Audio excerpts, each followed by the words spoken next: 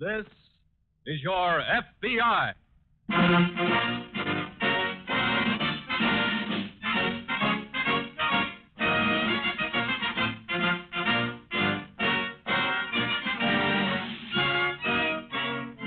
This is your FBI, an official broadcast from the files of the Federal Bureau of Investigation, presented as a public service by the Equitable Life Assurance Society of the United States.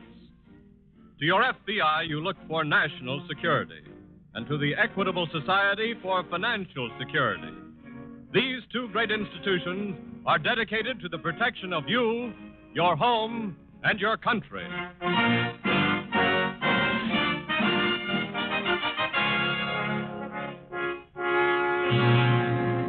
Tonight, the story of a crime against our fighting men. War fraud.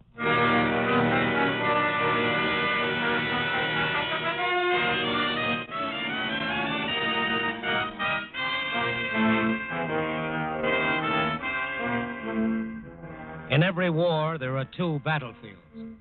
One where guns are fired and one where guns are made. We have been victorious on this second battlefield. We have been winning in our factories, our plants, in all our arsenals of supply. But there have been a few men who have fought the war of supply, not for us, but for the enemy. Because to these men, war has meant only one thing: a chance to make money.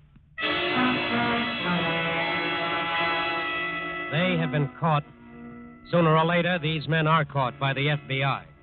Because the workers in their plants are also working for this country. In one case, a war profiteer was caught because of a worker who was only a cleaning woman. A middle-aged woman who swept the floors in a plant which manufactured hand grenades for the government. Say, hold on there. What? Well, where are you dumping that stuff? In the trash barrel. Oh, that doesn't go in the trash barrel. But it's just the sweepings from the floor. I know, but... It's trash. Trash goes in the trash barrel. What's your name? Anna Waco. What's yours? Rockland. Oh, Mr. Rockland. Oh, I'm sorry. That's all right, Mrs. Waco. How long have you been working here? 3 months, sir. Surely you know by now that any sweepings with powder in them go in that box over there. But this powder isn't good for anything, Mr. Rockland. It's all mixed with dirt and shapes. Mrs. Waco, this is my plant. I'm manufacturing hand grenades for our government. One of the duties to anyone working for the government is to conserve material. But this powder... will you let us worry about it? We have ways of sifting the powder from the dirt. We must conserve. Well, I've got 2 sons over there, and I'd hate for them to get a hand grenade with powder like... Mrs. Waco, any sweepings from the floor which have powder in them are to be dumped in that box. Yes, sir. After all, there's a war on, you know.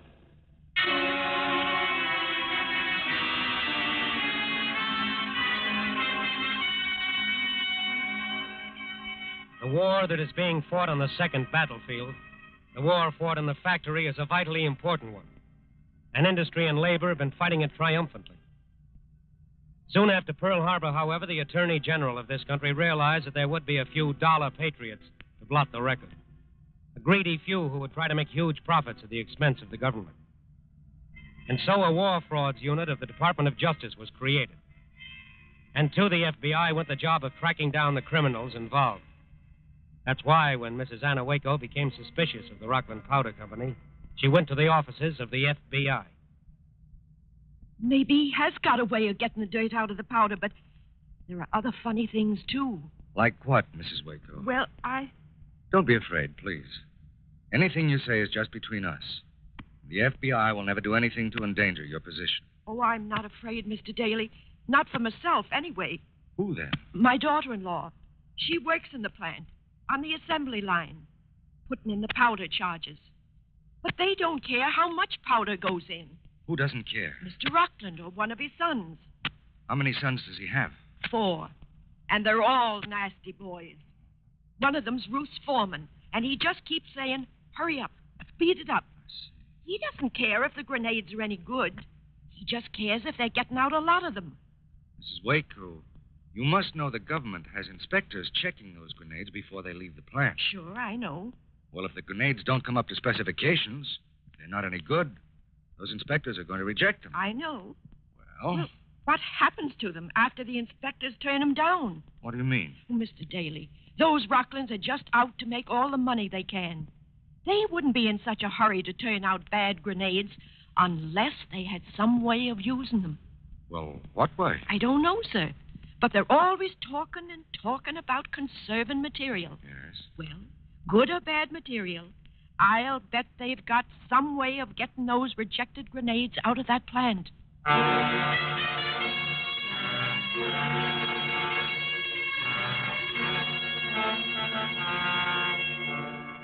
Special agents were sent out to check the Rockland Powder Company, to delve into the past of Andrew Rockland and his 4 sons, to interview the government inspectors who examined the hand grenades made at the Rockland plant. From the inspectors, FBI agents found that each day, a large number of grenades did not come up to government specifications and had to be rejected. These faulty grenades were supposed to be sent back and fixed. But whether they were or not, the inspectors didn't know. They had no way of knowing. But the FBI had a way of finding out. The inspectors were asked to mark a small red X on each rejected grenade. And then, after a few days, a case of hand grenades made by the Rockland Company was given microscopic examination. Hello, Bill. Oh, hello, Mr. Daly. What's new? You mean have we heard anything from your hand grenades yet? The answer's yes. Fine. Not so fine. What do you mean? How much do you know about specifications for hand grenades, Mr. Daly?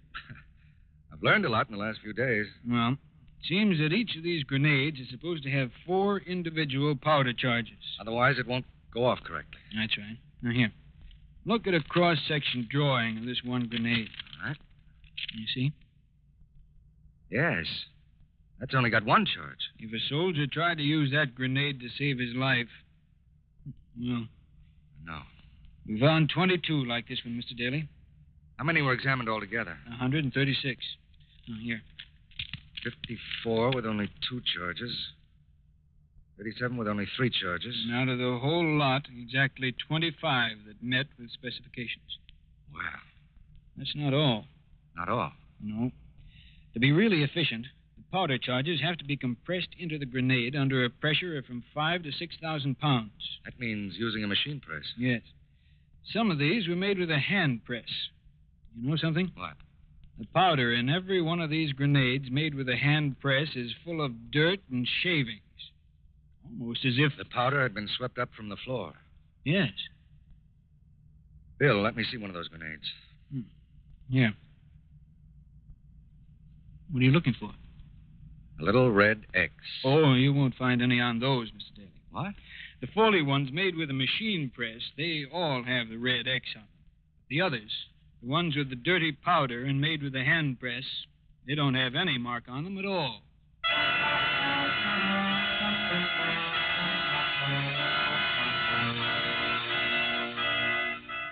A special agent of the FBI can get into a war plant by showing his credentials. Entrance, however, is not assurance that he'll be able to see what he's looking for. That he'll be able to see how faulty grenades are packed and shipped out anyway. How other faulty grenades can be made with hand presses and dirty powder. And can be packed and shipped without ever being inspected, without ever being seen. The special agent who visited the Rockland Powder Company had no trouble getting in. He showed his credentials, he waited a few minutes, and then a young man appeared. Mr. Daly? Yes? I'm Fred Rockland. Oh, how do you do? Hiya. My father's waiting inside for you. Oh, that's fine. Just a few steps down this hall.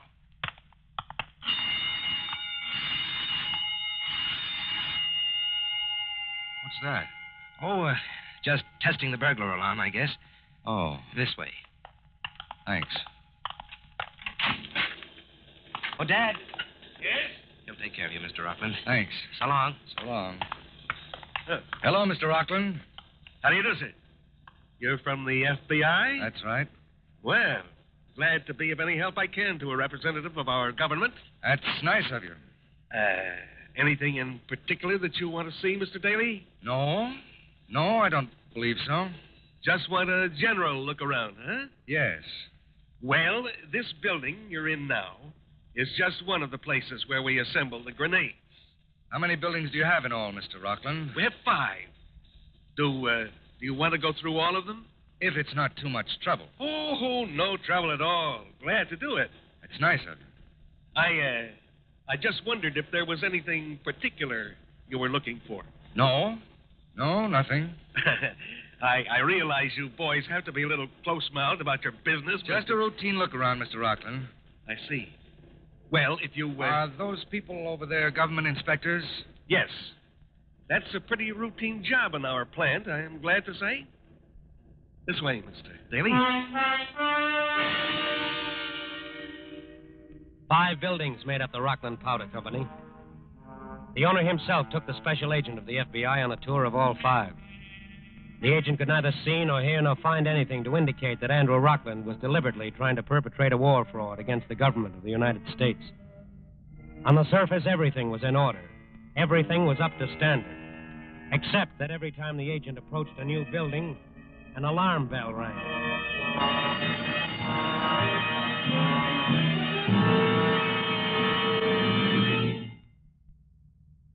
I suppose this is the last building? Yes. You've seen them all now. Well, I must say it seems to be a fine place. Thank you. We think it is. We're all pretty proud of our little contribution to the war. I'm sure you are. Tell me something.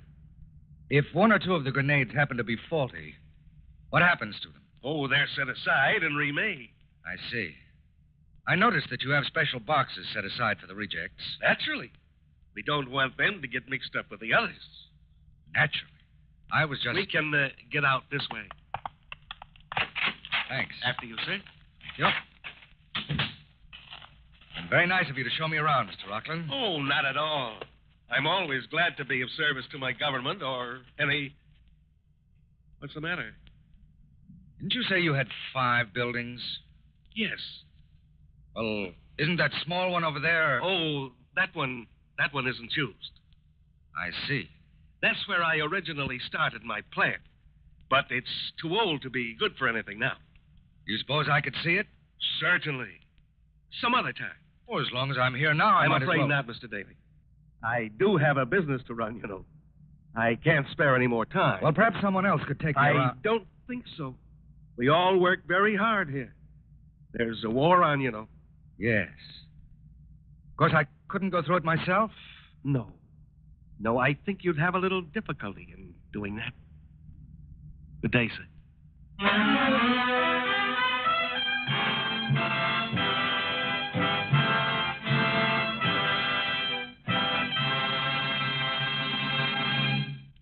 We momentarily close the Federal Bureau of Investigation file on war frauds.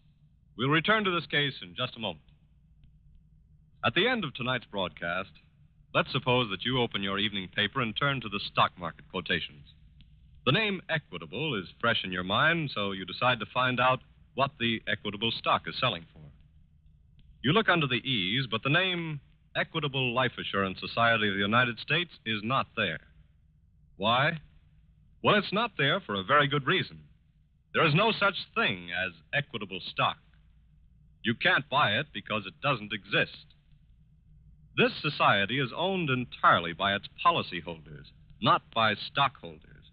And therefore, in the very truest sense of the word, the Equitable is a society in which all the funds are put to work for the benefit of all the members. Furthermore, the dollars entrusted to the society are employed in ways that benefit the entire nation.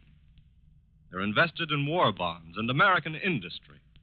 They promote the business of farming, and they encourage home ownership. By serving its members, the Equitable serves America. And now, back to the file on Andrew Rockland, war profiteer.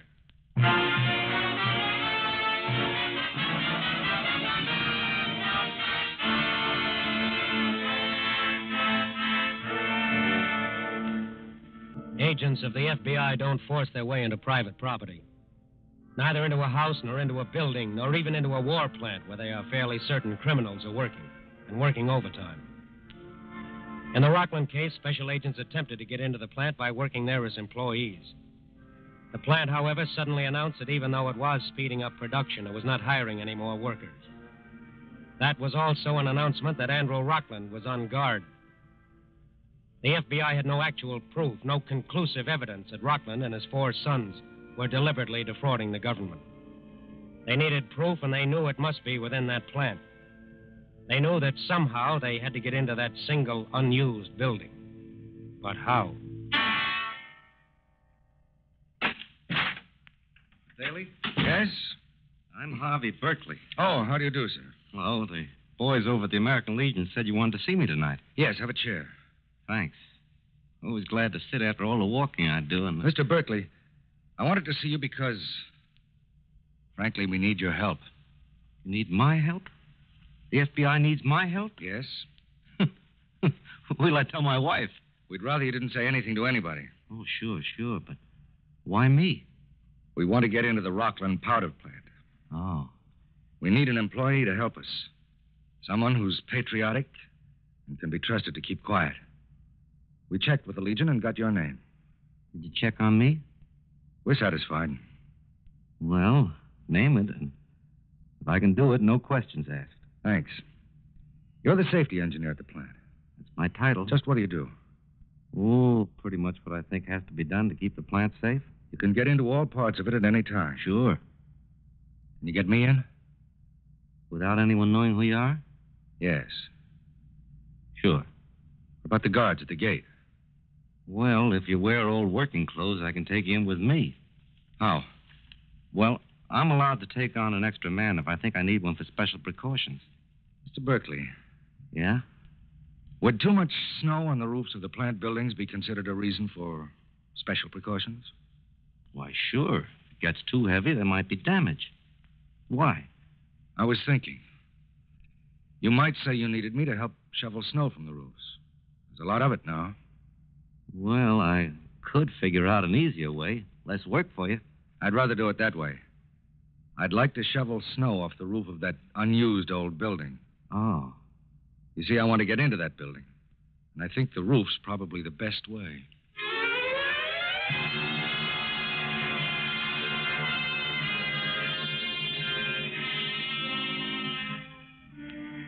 At 11:30 the next morning, Harvey Berkeley and a rather dirty-looking helper climbed a ladder to the snow-covered roof of the old unused building on the grounds of the Rockland Powder Company. The guards saw them, watched them shovel snow for a few minutes, and then forgot about them. At noon, Harvey Berkeley and his helper quit for lunch and left the roof of the building. Not by the ladder, however, but by a trapdoor that took them inside. Sure is dirty in here. Yeah, this is just an old loft, Mr. Daly. Hasn't been used for years, as far as I know. No. Nothing around but cobwebs. What's downstairs? Your guess is as good as mine. Let's take a look. I don't know how we're going to get down there. The door's all boarded up. Oh, I don't want to get down there. What? I just want to be able to see down there. Got your hammer? Yeah. Here. Thanks. What are you going to do? Pry up those boards? Yes, they'll loosen up. I don't know what you're up to, Mr. Daly, but you sure seem to pick the hard way of doing it. Oh, no, this is an easy way. There. Get a good view of the place, all right. What are all those crates? Oh, I don't know, but the Rocklands have sort of used this as a general junk storehouse ever since the new buildings were put up. You see that machinery right below us? Yes. Well, they're the old hand presses they used to use in the beginning. They're no good now, so they just store them here. I don't think they're just stored. What do you mean? Take a good look around this loft. Then look down there. Okay. See any difference? Well, it looks cleaner down there. A lot cleaner. No cobwebs, no dust, no boards over the door. That's not a storehouse down there, Berkeley. That's a little factory. But who uses it? I don't know, but I'm going to wait here till I find out. Well, what happens when you do? Wait and see.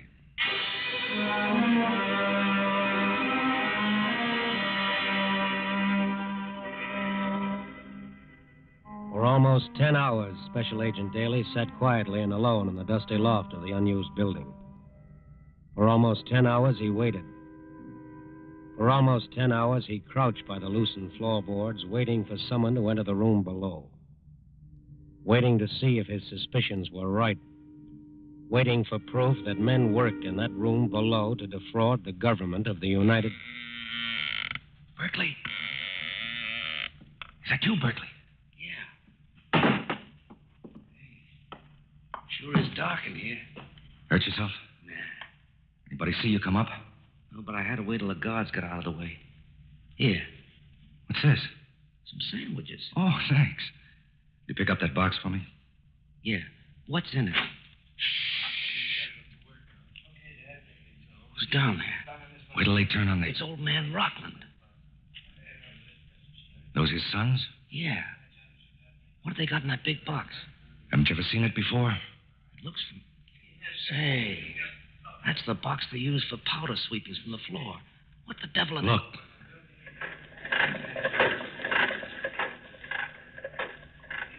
They're making grenades with that lousy powder in the old hand presses. Why those... Do you know what's in the other crate they're bringing in now? Look like grenades from here. But what for? Those are the rejected grenades, Berkeley. Let me have that box you picked up for me. Here.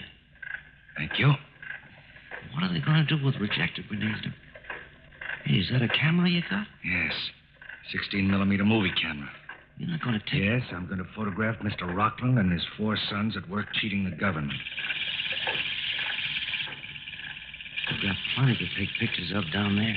I'm glad the hand presses are right underneath, with Mr. Andrew Rockland working them and giving me a nut. What's the matter? Rockland's looking right up here. Probably heard the camera. Turn it off. No. He probably isn't sure what the sound is. If I turn it off, he'll know it's coming from up here. We've got to leave it on and take a chance. Sounds so loud. He's calling one of his sons over. Mr. Daly, if they... Shh. Too late now. Mr. Daly, there.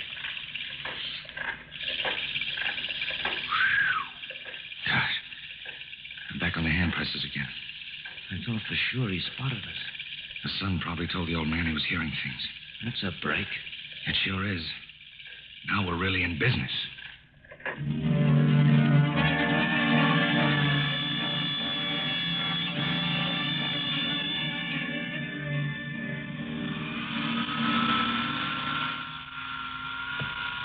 Say, these are pretty darn fine pictures, Daly. Thanks. There's a shot coming up. There. 2 of the patriotic Rockland family packing rejected hand grenades for shipment. Look at the old man telling him to work faster. Oh, he cracks a whip over them. How long do they keep it up? Till 3 in the morning. My film ran out before then. Well, it doesn't matter. You've got enough proof here for any jury. That's all. That's plenty. Those Rocklands are a fine bunch of loyal citizens, aren't they? What gets me is that a few men like that can hurt the reputations of other patriotic businessmen. Yeah. Just as one strike gives all labor a black eye. And they've both been doing an A1 job in this war. Well, I'll leave the film with you. Where are you going? Wind up the case. I've got orders to pick up Mr. Andrew Rockland personally.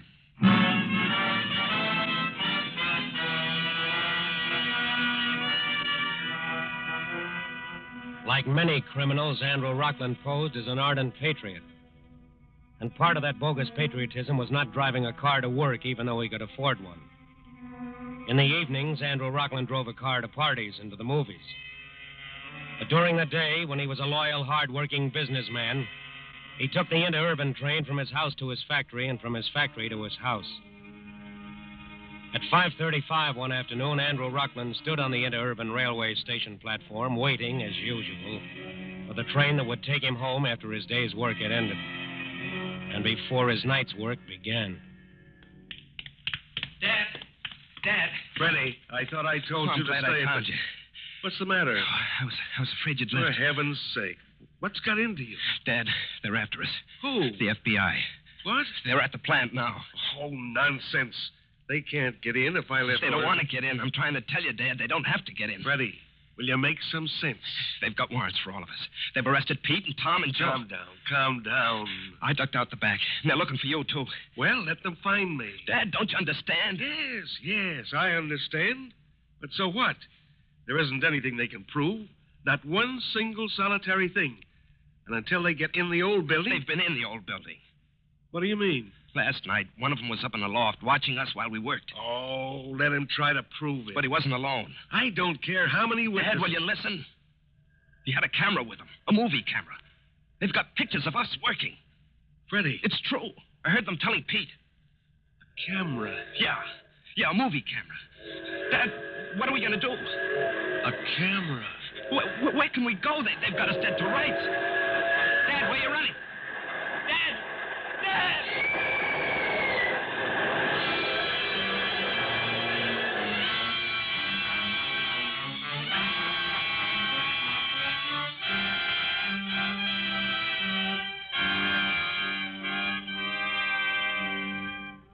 In every war, there are two battlefields. One where guns are fired, and one where guns are made. We have been victorious on this second battlefront. Industry and labor have been winning the battle in our factories and in our plants. There have been a few men, a few greedy men, a few criminal men who have tried to defraud the government in order to make enormous profits. These men have been caught by the FBI. And if there are any others, they too will be caught by the FBI. Because none of them can run a factory single-handed. They need to have people working for them and with them. People who know that working in a factory today is fighting a war. People who are fighting the war not because they want to make money, but because they want to win a new world for themselves and all those who will come after them.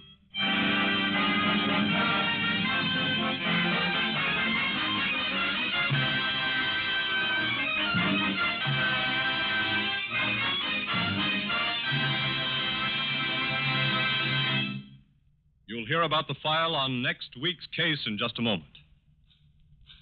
Since VE Day, the members of the Equitable Life Assurance Society of the United States, along with their fellow citizens, have been filled with conflicting emotions.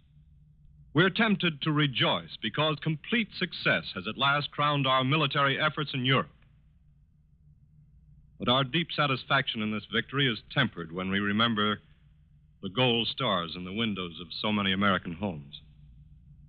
When we remember the boys who still face death in the far Pacific. We honor the fighting men whose courage and steadfastness have made possible one of the greatest military achievements in American history. But our hearts go out to the parents of those American boys who will not return to the homes they died to defend. So we believe that this is a time for prayer. It's a time to stay on the job, to resolve that we will not relax our efforts until final victory in the Pacific is ours. To that ardently desired end, the Equitable Society, speaking for its management, its employees, and its 3,200,000 members, pledges its unswerving and untiring support.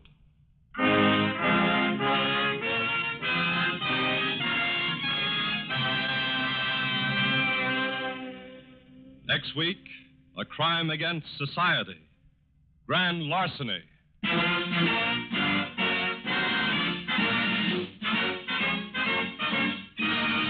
The incidents used in tonight's broadcast are taken from the files of the Federal Bureau of Investigation. However, all names used are fictitious. Any similarity thereof to the names of persons living or dead is accidental. In tonight's case, Andrew Rockland was played by Jack McBride. The music was composed and directed by Van Cleve. The author was Lawrence MacArthur, and your narrator was Frank Lovejoy. This is Your FBI is a Jerry Devine production. Now, this is Carl Frank speaking for the Equitable Life Assurance Society of the United States and inviting you to tune in again next week at this same time, for this is Your FBI.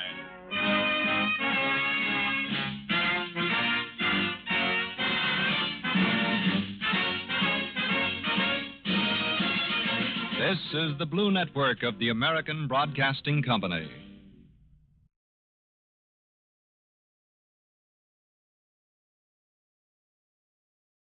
This is Your FBI.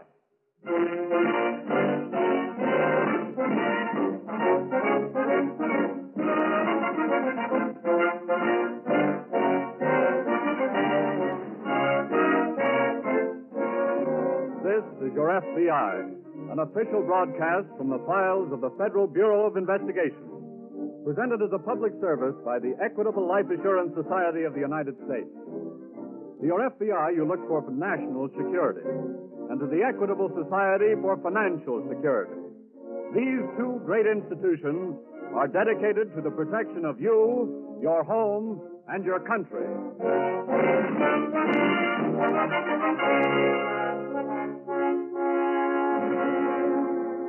Tonight, the story of a crime against society, grand larceny.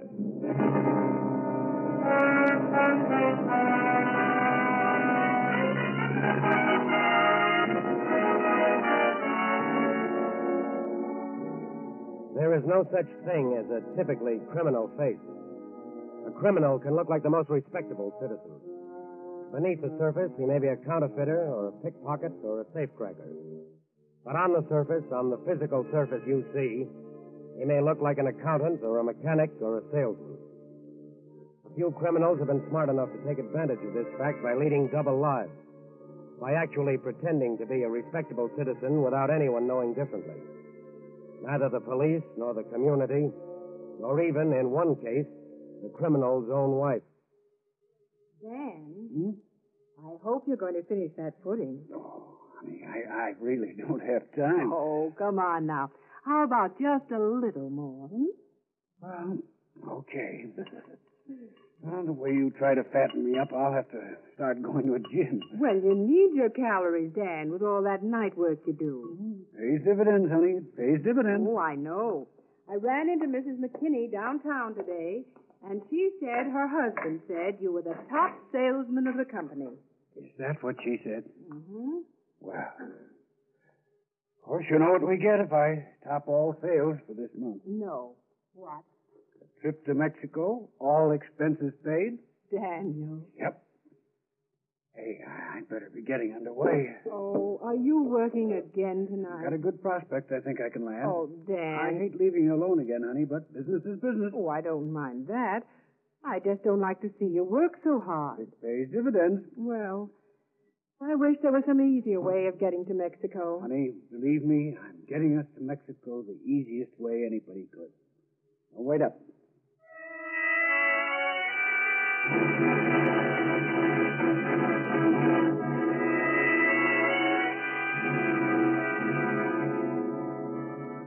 To his wife, to his community, to the world, Daniel Hawley was a hard-working citizen. And he was a salesman, a good one, during the day. At night, however, Daniel Hawley was something else. On the evenings, when he wasn't with his wife, when he wasn't busy being a model citizen, he was at work in a store or an office or a shop, at work in a building which had a safe. Dan? Johnny? Where the devil you been? Well, I had a late dinner. Got the blanket? Of course. And the nitroglycerin. There. Well, this is going to be an easy job. Yeah. It will. I studied it very carefully the other afternoon.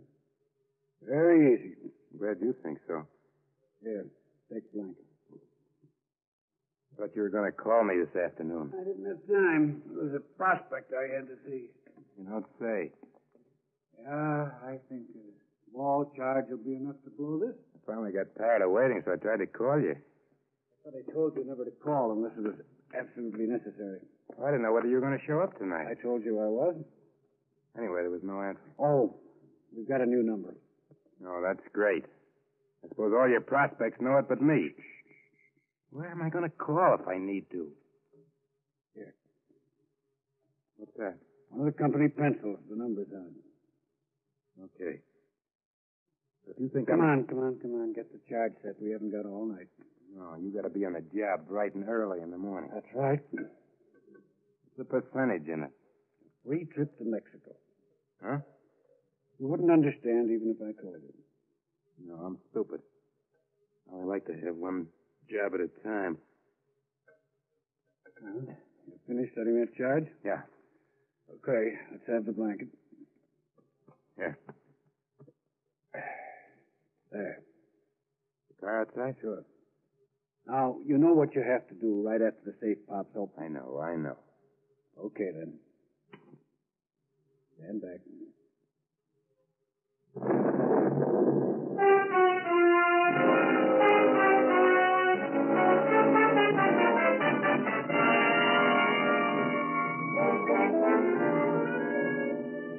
There can't be a perfect crime because there isn't a perfect human being.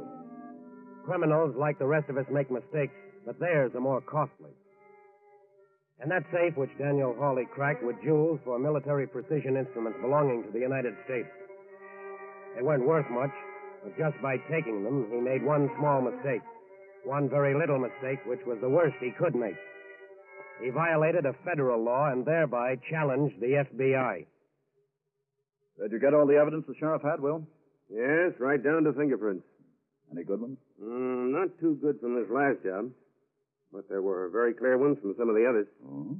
They're being checked in the laboratory now. Say, how many jobs has this fellow pulled, anyway? Well, there's no way of knowing yet whether he was in on all of them. But in the last 3 years, there have been 14 burglaries in that district. All safe tracking? Yes, and all done in the same way. Come in. Oh, hello, Helen. Here's a teletype on those fingerprints. Fast work. Did you get anything? We sure did. Here's the file we have on the gentleman. Thanks, Helen. You're welcome. Well, seems he's an old hand at the game. Really? His record goes back to 1930. Between then and 1938, our friend was arrested 4 times. Oh. Petty larceny, attempted assault, burglary. What about after 38? Nothing. He got out of prison then and apparently has just disappeared. No record of his possible whereabouts. No. What's his name? Kaler. Joseph Kaler. Description? Yes. 5'10" and a half, heavy set, brown hair, brown eyes, no distinguishing marks. Just average looking. Yes, that's what he looked like in 1938, 7 years ago. So about all we know is that he has a record. And the sheriff doesn't have any more on him either. Nice blind alley. Well, he made the mistake of leaving his fingerprints around. He made the mistake of violating a federal law. Maybe he's made another one we don't know about yet. Well, if he hasn't, maybe he will. No maybes about that. They always do.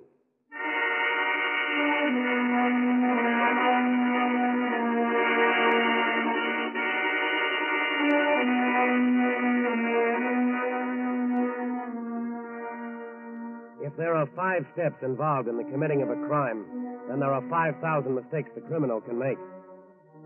Some are even made after the crime is committed. Many criminals, for example, take a curious pleasure in walking by the doors of a police station, in returning to the scene of the crime, in deliberately courting danger. The most common mistake is that criminals cannot stop. If he gets away once, the professional criminal tries again, thinking he has learned more, but not realizing that the more crimes he commits, the more chance he has of being caught, because he is bound to make more mistakes. Daniel? Yes, dear? Are you very busy? Not too busy for you. What is it? Well, I've been trying to straighten out my accounts for the month. All right. All right. Oh, it's not what you think at all. Bank doesn't add right. No, the baking company doesn't. Hmm? They sent me this bill for $5.80, and we really owe them $9.80. Are you sure? Well, of course, I know what I bought. Well, then what's the trouble? Well, they're a big company, and if they can't get their bills Laura, paid... make out the check for $9.80. But, Dad... Honesty may not be its own reward. Daniel, I wasn't really... Oh, dear, but for $4, don't have it on your conscience. I'd have it on mine. It's not worth it, Laura. It's never worth it. You mean sooner or later they always find out? That isn't the point. Oh, I know, Dad. Anyway, they don't always find out. So it's just a question of your own honesty. Daniel, I'm making out the check for the right amount. That's my girl. Just a drop in the bucket. What do you mean? Oh, that company does a wonderful business. Harriet's cousin told me. She works in the Ohio office, the one just across the river. Huh? What'd she do there? Keeps books or something. But she said that at the end of every month, they always have at least $9,000 or $10,000 in the safe in that office alone. You don't say. Well, you can ask her yourself at the party tomorrow night. Huh? What? I said you'll see her tomorrow night at the party. Oh, Laura, about that party, I don't think Now, Dan, I thought you said definitely you wouldn't have to work tomorrow night. Oh, but, honey, there's that trip to Mexico, you know. Oh, Dan, you said I know, dear. I'm very sorry, but I just heard of a prospect. A particularly good one.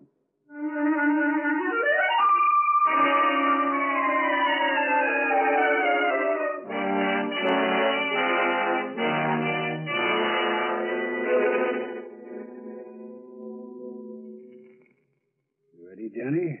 Yeah. Okay, stand back. Nice and neat, John. Nice and neat. Not bad. I hope there's as much dough inside that safe as you think. Why shouldn't it be? Baking company? Well, there's only one sure way to find out, and that's by... how do you like that? What? Look, got a small safe inside the big one. You sure cased this job, didn't you? Shut up. Oh, come on. Let's put the blanket over the little one. There Close. isn't time. What? There isn't time. The watchman will be back again on his round. What are we going to do? Chalk it up to experience? Shut up. Let me think. While you're thinking, I hope you don't mind if I just... Hey, wait. Come on. Where? Help me lift the little safe out. We can't carry that out of the building. First place is too heavy, and then the second We place... can carry it 10 yards, can't we? What if we can't? There's an elevator over there that'll take us right down to the basement. Then what? The basement's really a loading platform. The company keeps its delivery trucks down there. We put the safe in the truck. Okay, let's lift Yes. it. Not so heavy. Heavy enough. All right, this way. You know how to work the elevator? Sure. All right. Set her down. Easy there. There. Now, shine your flash. What for? So I can find the starter for this. Oh, here you are.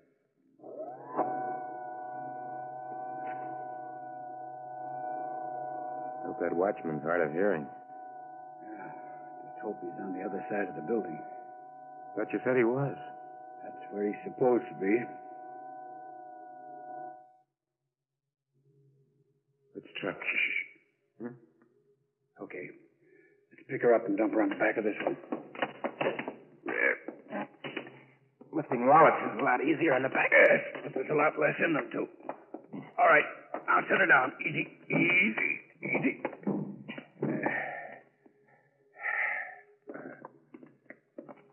You gonna drive? Sure. All right, slide in. Man. What? Ignition keys. What? Where are the ignition keys? How are you gonna start this thing? They always leave them in the truck somewhere. Where? Usually on the little ledge under the... Watchman? Yeah. Shining his light around. Shut up. Where are those keys? Will you shut up? And suppose... All right, got him. Now, hold on tight, because the minute he turns, I'm going to move fast. Just started. You ready? Danny's shining the light on the elevator. It's too late now. Who's there? Oh, of all... Who's there? Joker. Who's in that truck? Come on. Get out of that truck now.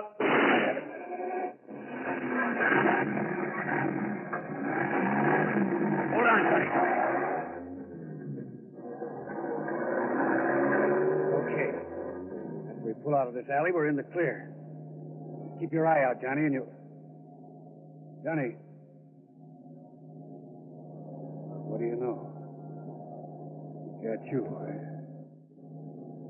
Well, I'm sorry, friend, but there's no room for excess baggage on this trip, so... Out you go.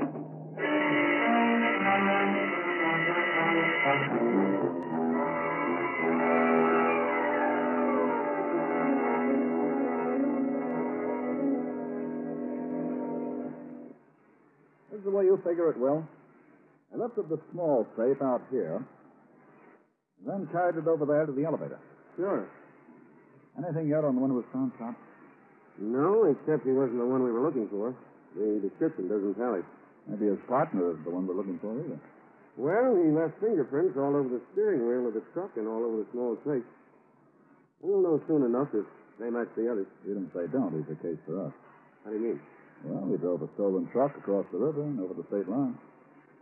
Did you find anything on the body of the other one? No, just the usual things. Keys, wallet, a pencil from some company, a bar of candy, and, of course, his gun. Nothing to give us a lead. Nothing that looks so good.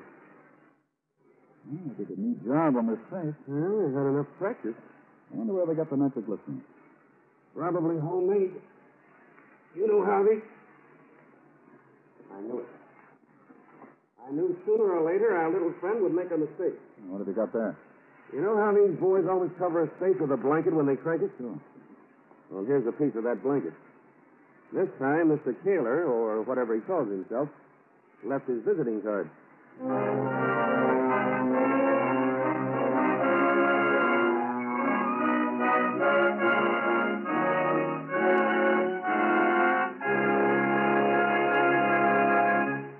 We momentarily close the Federal Bureau of Investigation's file on Daniel Hawley, thief. We'll return to this case in just a moment. If you believe in democracy, then you believe in life insurance. They go together. First, let's consider the typical owner of life insurance, a man who says to himself, look, I believe in taking care of myself. If I die, nobody else will have to look out for my family. When I get old, nobody else will have to support me. Men of that breed, right-thinking, independent, self-reliant, make democracy work. The Equitable Life Assurance Society of the United States, a mutual organization, is dedicated to cooperation with such men, to help them make democracy work. The Equitable is owned by its members, that is to say, by its 3,200,000 policyholders. And all the Society's funds are put to work for the benefit of all its members.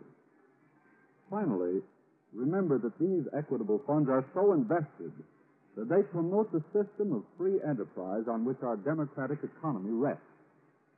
And so by serving its members, the Equitable serves America. And now, back to the file on Daniel Hawley. Peace.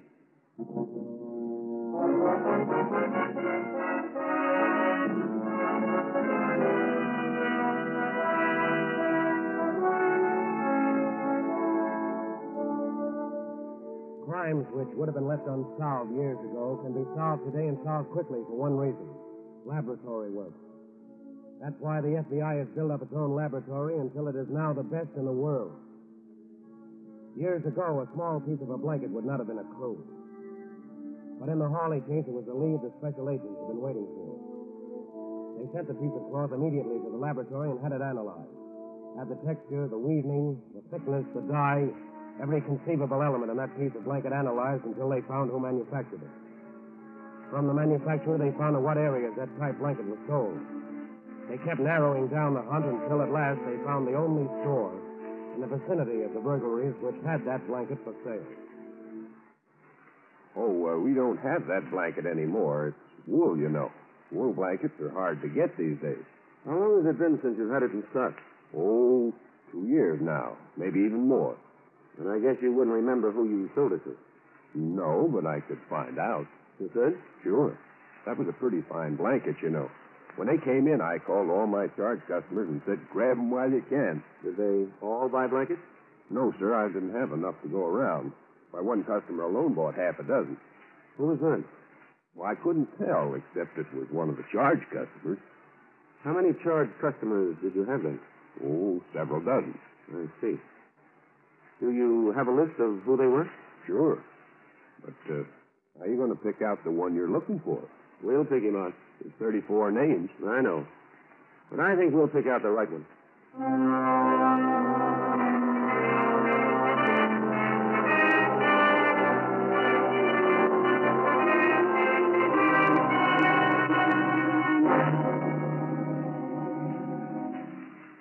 There are 36 names, actually, Will. I know.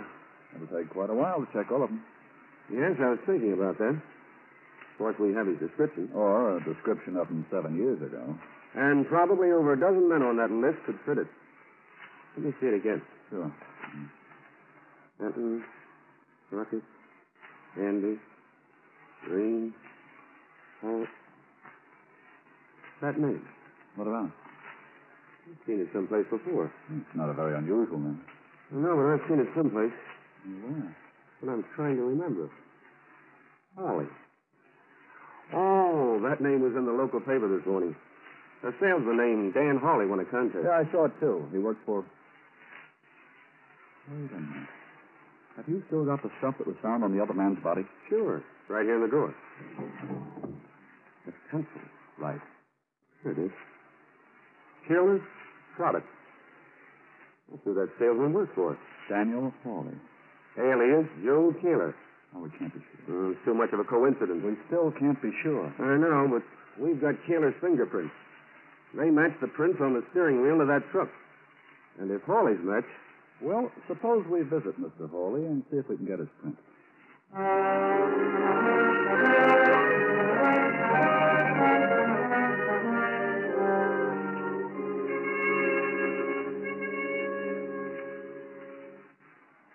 Sit down, gentlemen.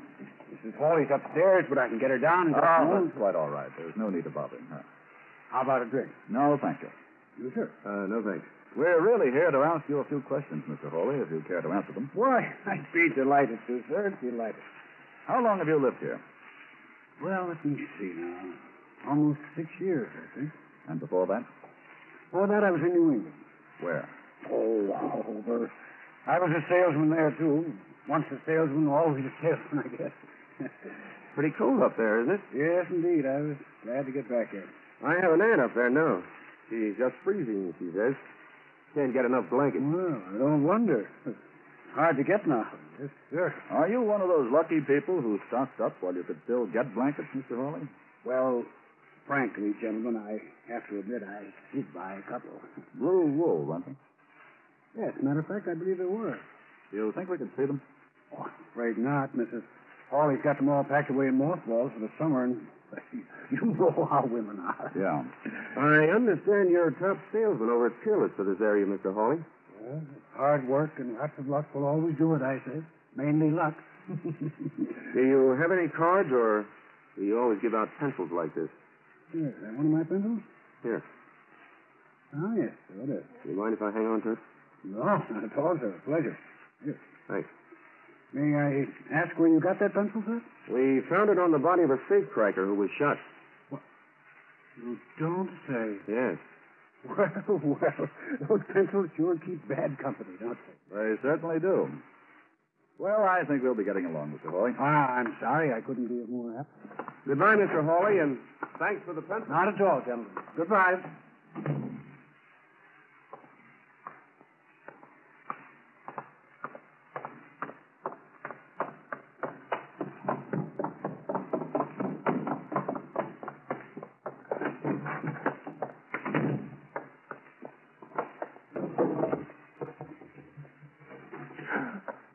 Daniel, what in the world are you doing? Why, Are you packing?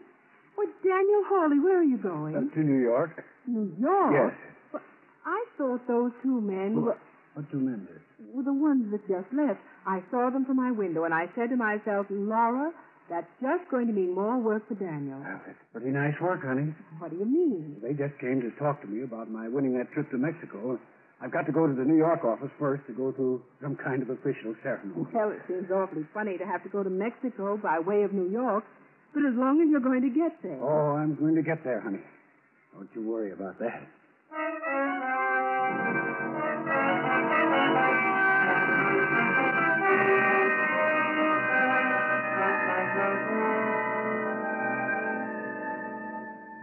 The FBI never makes an arrest until it is sure of its facts. But at the same time, a suspected criminal is never left on watch, is never left free to disappear before absolute proof can be obtained. Daniel Hawley knew he had left his fingerprints on his own pencil. He knew those prints would be matched with those he left on the steering wheel of the stolen truck. He knew the FBI would soon have absolute proof. And so he packed his bag, got in his car, and drove to the town railroad depot. When's the next train? Why, hello, Mr. Hawley. Oh, when's the next train? There's one due in right now. Let me have a ticket. Ticket? Yes. Don't you care where she's bound for? What? Oh, of course. Or maybe you won't want to take her. Well, where is it bound for? Let me see now. Yes. New Orleans. That's fine. Just where you're going, eh? Yes. Let me have a ticket. Well, now, ain't that a piece of luck? Look, now? will you let me have a ticket or I won't make the train? Yes, I'm getting it as fast as I can. You sure are upset today, Mr. Hawley. Just in a hurry, that's all. I'm just in a hurry. Well, here's the ticket. That'll be... Don't worry, keep the change. Yeah, well, Mr. Hawley, don't you want the balance of the change here? Take your bag. No, that's all right. I'll handle it Keeler. Yes? Going someplace, Mr. Keeler? Well, Or should I say Hawley? You better get aboard, sir. We're pulling out. He's changed his mind. Yes, I don't think I'll be going after all.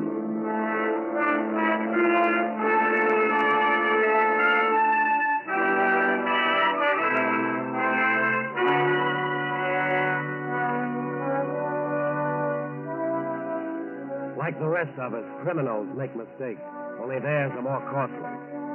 One small mistake can mean years in prison. But the worst mistake a criminal can make is to violate a federal law. Because when that happens, he finds himself up against the very thing that all criminals try to avoid, the FBI. Criminals don't try to stay clear of the FBI, don't try to avoid any encounter with it merely for melodramatic reasons.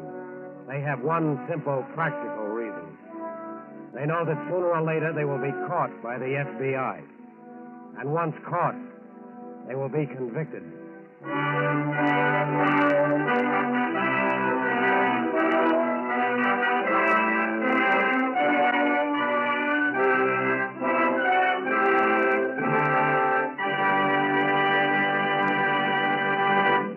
You'll hear about the file on next week's case in just a moment. In this, the opening week of the 7th War Loan Drive, I should like to read an important message from Thomas I. Parkinson, President of the Equitable Life Assurance Society of the United States. I quote, "In every war loan drive, America has never failed to go over the top. And one factor in this unbroken record of success is heavy bond buying by life insurance companies.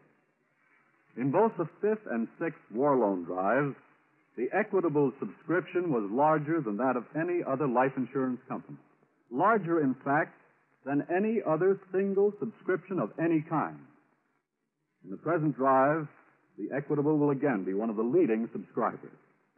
In addition, funds of this society are heavily invested in the great industries that have broken records manufacturing weapons of war, and in the railroads that have done such a tremendous job of wartime transportation. That is why we say that in wartime, Equitable dollars are fighting dollars. And at all times, they are security dollars. For you, your home, and your country.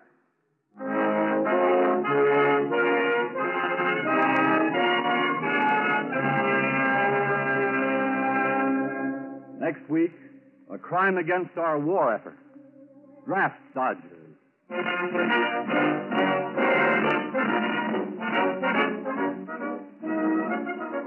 The incidents used in tonight's broadcast are taken from the files of the Federal Bureau of Investigation. However, all names used are fictitious, and any similarity thereof to the names of persons living or dead is accidental. Tonight, the music was composed and directed by Van Cleve.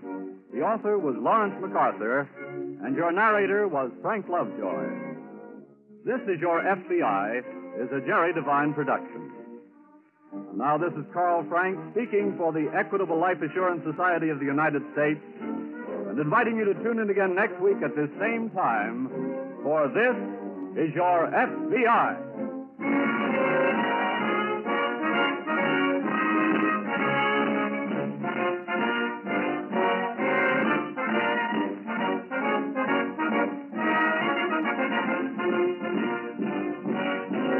This is the Blue Network of the American Broadcasting Company.